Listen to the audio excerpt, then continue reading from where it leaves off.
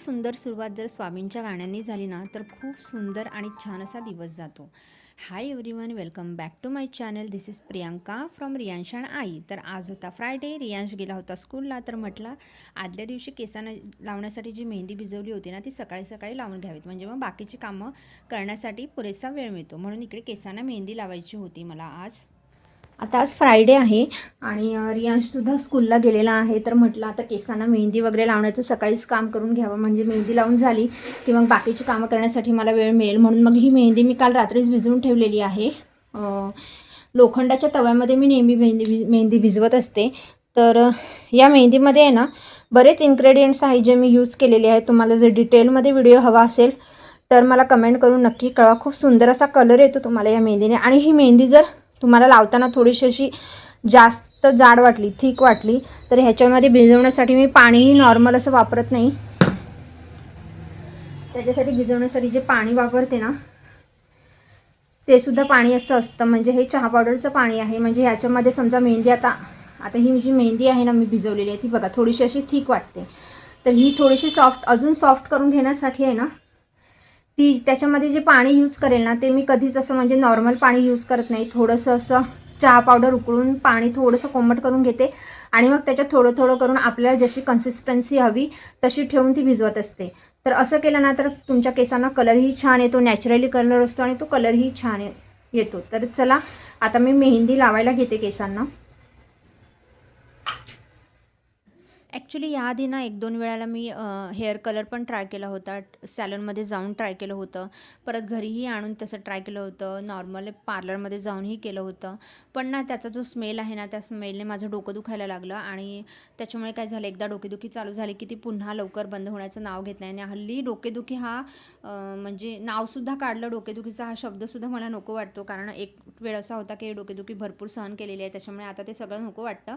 त्याच्यामुळे मग मी ते बंद केलं. म्हटलं रेग्युलर आपली जे मी मेहंदी लावते ना तीच लावते.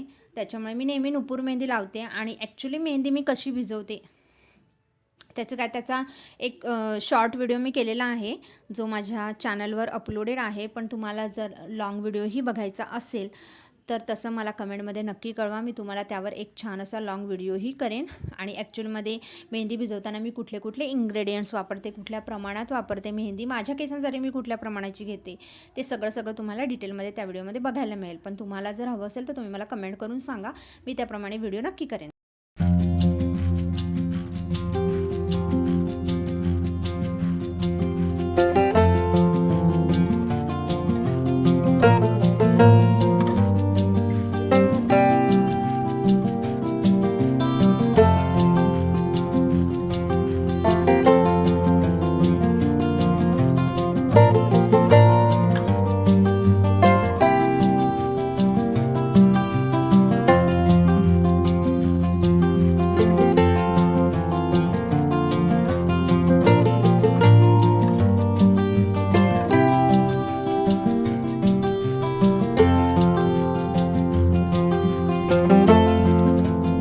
आता केसांची मेहंदी वगैरे सगळी लावून झालेत आणि म्हटलं चला बाकीची कामं जी आहेत ना ती करायला घेऊया. तर ही जी बॅग आहे ना खूप दिवस झाले गावावरून आलेले आहे आणि अनपॅक करायची अजूनही राहून गेलेली होती.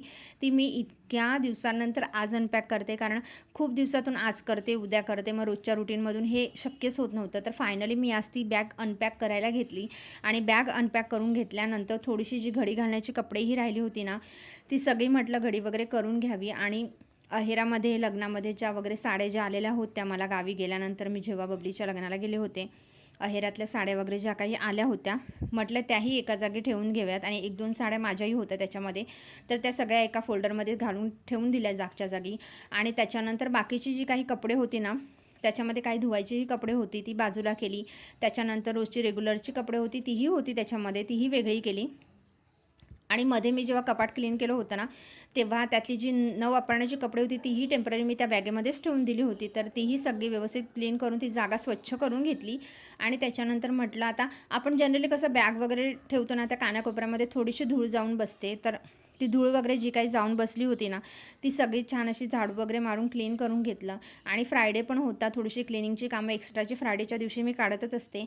आणि आता जनरली पावसाळाही चालू होणारच आहे, म्हणजे जवळपास अजून तरी काही पाऊस पडलेला नाही आहे, पण लवकरच चालूही होईल. त्याच्यामुळे मग काय होईल की कूलर मी रोज रेग्युलर जो वापरते ना, तो वापरणार नाही आहे. त्यामुळे कूलरसाठी पण ती जागा माझी आहे, ती सेफ्टी आहे, तिकडे कूलर असतो. तर कूलरही एका साईडला ठेवून दिला आणि सगळी बेडरूम क्लीन करून घेतली. बेडरूम क्लीन करून नंतर आले माझ्या कम्फर्ट झोनमध्ये. आता माझा कम्फर्ट झोन म्हणजे माझं किचन. तर सकाळी नाश्ताची, जेवणाची, रियांशच्या टिफिनची जी काही भांडी पडली होती ना, ती सगळी भांडी इकडे घासायला घेतली, क्लीन करायला घेतली. आणि कितीही ठरवलं की भांडी कमी काढायची, तरी पण ते माझ्याकडून कधीच शक्य होत नाही. तर मी इकडे नेहमीप्रमाणे सगळ्या भांड्याचा जो काही ढिगारा आहे, गराडा तुम्ही जे काही म्हणता, ते सगळं मी क्लीन करायला घेतलेलं आहे. आणि त्याच्यानंतर वॉश वगैरे करते. कारण काय होतं ना, मी बऱ्याच वेळेला विचार करते की फ्रायडेच्या दिवशी आपण स्वतःसाठी थोडासा मी टाईम काढावा. पण ॲक्च्युली बरेच वेळेला असं होतं ना की राहून जातं. म्हणजे आज हे करेल ते करेल. आणि मेहंदी तर इतकं म्हणजे किती महिने झाले लावली नाही आहे केसांना, आणि केस खूपच ग्रे हेअर्स दिसत होते.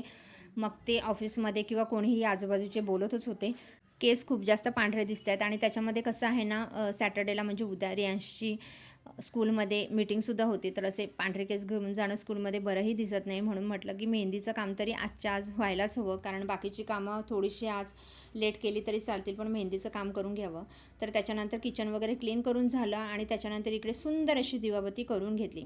आणि दिवाबत्ती वगैरे झाल्यानंतर इकडे थोडेसे फ्रूट्स रियांसाठी आणून ठेवले होते. मला भूक तर लागलीच होती. तर म्हटलं चला आपणही थोडेसे फ्रूट्स खाऊन घेतले. जास्त काही खात नाही मी, पण एक बनाना मात्र खाऊन घेतला, कारण भूक खरंच लागली होती. आणि रियांश येण्याचा वेळही झाला होता. व्हॅन वगैरे येणारच होती. आल्यावर त्याला भरपूर भूक लागते, म्हणून इकडे कुकर लावून घेतला. कुकर लावून घेतल्यानंतर इकडे गॅलरीमध्ये शांत अशी बसले. बाहेर खूप कडक असं ऊन पडलं होतं. तर म्हटलं रियांशची व्हॅन येईलच, तर रियांशच्या व्हॅनची वाट बघत बसले. बाय.